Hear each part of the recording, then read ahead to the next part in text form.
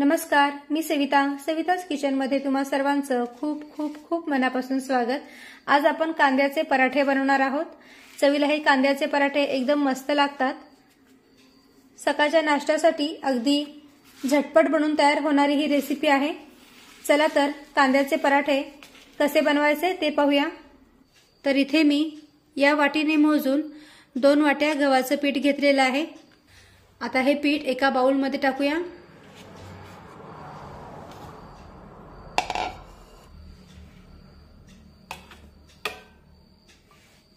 आता पिठामध्ये चवीनुसार मीठ टाकूया। मिक्स करून घेऊया।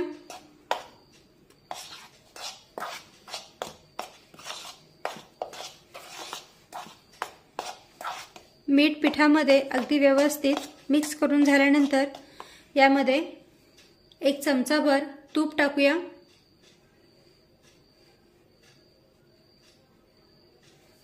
तुपाच्या ऐवजी तुम्ही तेल वापरलं तरीही चालेल। आता हे तूप पिठामध्ये व्यवस्थित मिक्स करून घेऊया। हे साधं रूम टेम्परेचर मधलंच तूप आहे, गरम करून घेतलेलं नाहीये।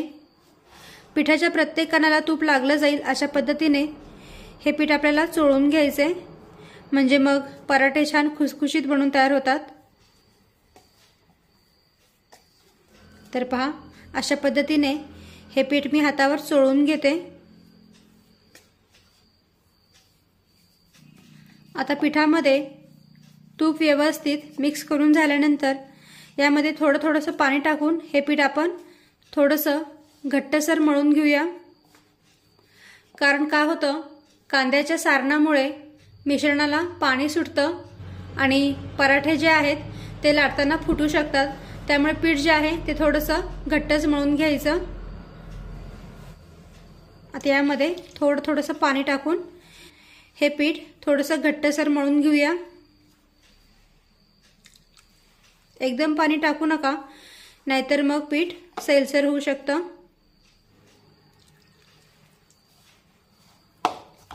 तर हे पहा, अगदी थोडंसं पाणी टाकून हे पीठ मी छानपैकी मळून घेतलेलं आहे। आता या पिठावर थोडंसं तूप टाकूया आणि हे तूप या पिठाला व्यवस्थित लावून घेऊया। आता हे पीठ 10 मिनिटांसाठी झाकून ठेवूया, म्हणजे मग पीठ छानपैकी मुरलं जाईल। आणि पीठ मुरत आहे तोपर्यंत आपण पराठ्याचं सारण तयार करून घेऊया। आता एक बाउल घेऊया आणि यामध्ये इथे मी 2 मध्यम आकाराचे कांदे उभे पातळ कापून घेतलेले आहेत, हे या बाउल मध्ये टाकूया। या ज्या कांद्याच्या पाकळ्या आहेत त्या सुट्ट्या करून घेऊया। तुम्ही अगदी बारीक कांदा कापून घेतलात तरीही चालेल, पण कांदा किसून घेऊ नका, नाहीतर मग काय होईल, कांद्यामुळे सारणाला पाणी सुटेल आणि पराठा लाटताना तो फुटू शकतो। त्यामुळे कांदा सुरीने बारीक तरी कापून घ्या किंवा मग अशा पद्धतीने उभा पातळ कापून घ्या। तर पहा, इथे मी कांद्याच्या सर्व पाकळ्या सुट्ट्या करून घेतलेल्या आहेत। आता या कांद्यामध्ये मिरचीचं वाटण टाकूया। तर इथे मी 3 ते 4 हिरव्या मिरच्या, 7 ते 8 लसूण पाकळ्या आणि थोडंसं अद्रक हे मिक्सरमध्ये वाटून घेतलेलं आहे। आता हे मिरचीचं वाटण या कांद्यामध्ये टाकूया। त्यानंतर यामध्ये काही मसाले ऍड करूया। पाव चमचा हळद टाकूया, पाव चमचा लाल मिरची पावडर, अर्धा चमचा जिरे पावडर, अर्धा चमचा धना पावडर, चिमूटभर हिंग टाकूया। त्यानंतर पाव चमचा ओवा टाकूया। ओवा हातावर चोळून या पिठामध्ये टाकूया, म्हणजे मग त्याचा फ्लेवर या पराठ्यांमध्ये छान उतरेल।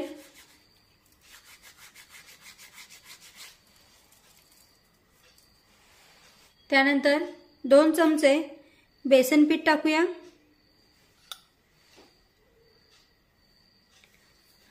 बेसन पिठामुळे मिश्रणाला बाइंडिंग छान येतं आणि त्यामुळे पराठा फुटत नाही। बेसन पिठाच्या ऐवजी तुम्ही भाजलेला शेंगदाण्याचा कूट टाकलात तरीही चालेल। आणि आता सगळ्यात शेवटी मीठ टाकूया आणि बारीक चिरून घेतलेली कोथिंबीर टाकूया। सगळ्यात महत्त्वाचं म्हणजे मीठ तेव्हाच टाकायचं जेव्हा आपण पराठे लाटायला घेणार आहोत, नाहीतर मग काय होतं, मिठामुळे या सारणाला पाणी सुटतं आणि मग पराठे व्यवस्थित लाटता येत नाही। आता हलक्या हाताने हे सर्व साहित्य व्यवस्थित मिक्स करून घेऊया। इथे मी चमच्याने व्यवस्थित मिक्स करून घेते।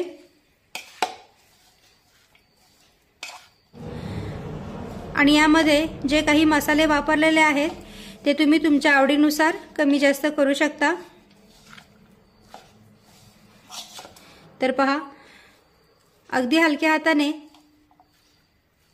हे सर्व साहित्य मी अगदी व्यवस्थित मिक्स करून घेतलेले आहेत, जेणेकरून या मिश्रणाला पाणी सुटणार नाही। आणि आता लगेचच आपण पराठे लाटायला सुरुवात करूया। आता हा पिठाचा गोळा घेऊया आणि पुन्हा एकदा याला मळून घेऊया।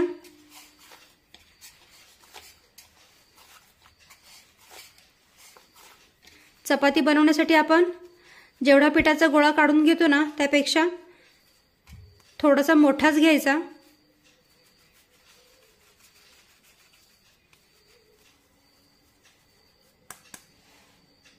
आणि हे जे राहिलेलं पीठ आहे ते झाकून ठेवून देऊया।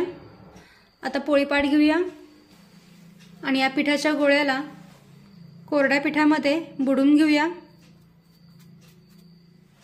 आणि या पिठाची वाटी तयार करून घेऊया। तर वरच्या बाजूने पातळ ही वाटी तयार करून घ्यायची आणि मध्ये थोडीशी जाड ठेवायची।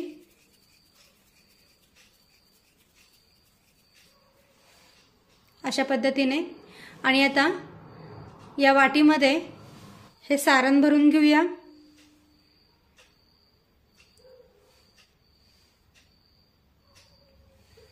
आता या सारणावर थोडंसं गव्हाचं पीठ टाकूया, कोरडं पीठ, म्हणजे मग पराठा लाटताना फुटणार नाही। आता या गोळ्याला व्यवस्थित पॅक करून घेऊया।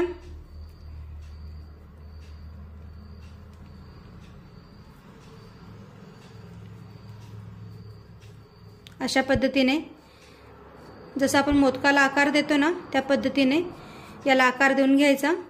आणि हे जे एक्स्ट्राचं पीठ आहे ते मी काढून ठेवते।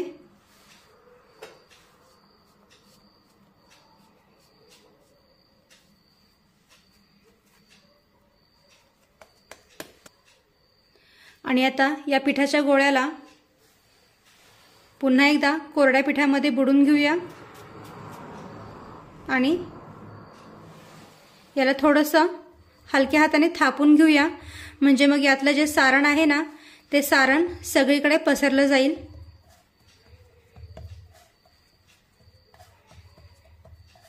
आणि आता याला आपण लाटून घेऊया।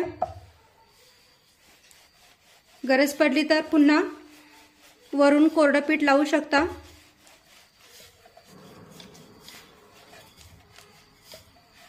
अगदी हलक्या हाताने पराठा लाटून घ्यायचा।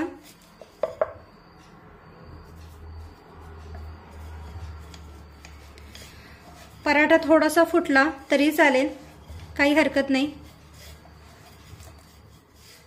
आणि सगळीकडून पराठा छान गोल आकारामध्ये लाटून घ्यायचा।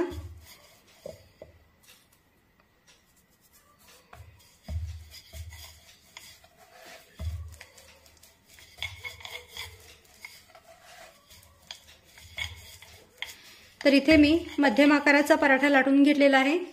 आता हा पराठा आपण तव्यावर भाजून घेऊया। तर इकडे मी गॅसवर तवा गरम करायला ठेवलेला आहे। आता तवा आपला छानपैकी गरम झाला की त्यावर हा पराठा टाकून छानपैकी भाजून घेऊया। सुरुवातीला हा पराठा दोन्ही बाजूने तेल किंवा तूप न लावता भाजून घेऊया आणि त्यानंतर दोन्ही बाजूने जेव्हा व्यवस्थित भाजला जाईल तेव्हा मग आपण तेल किंवा तूप लावून हा पराठा भाजून घेऊया। तर पहा, एका बाजूने हा पराठा छानपैकी भाजलेला आहे। आता यावर तूप टाकूया। तुम्ही तेलाचा वापर केलात तरी चालेल, पण तुपामुळे पराठे पौष्टिक होतात। पराठा भाजत असताना गॅसची फ्लेम ही मध्यमच ठेवा। आता पराठा पलटून घेऊया आणि दुसऱ्या बाजूने सुद्धा तूप लावून घेऊया।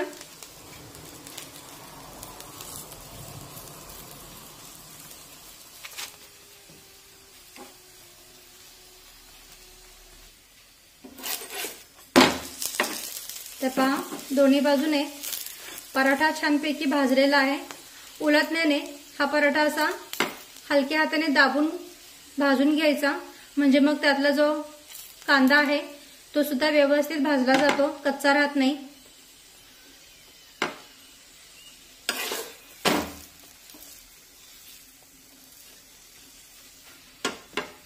तर पहा, दोन्ही बाजूने हा पराठा छानपैकी खरपूस रंगावर भाजलेला आहे। तुम्ही पाहू शकता दोन्ही बाजूने पराठ्याला छान रंग आलेला आहे। हे पहा, छान खरपूस रंगावर हा पराठा भाजलेला आहे।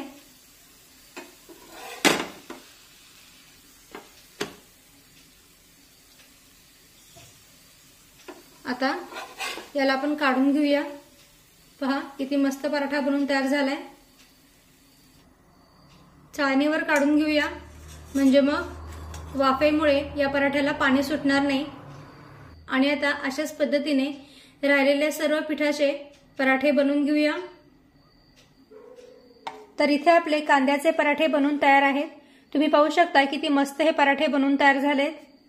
हे पहा, दोन्ही बाजूने छानपैकी भाजलेले आहेत।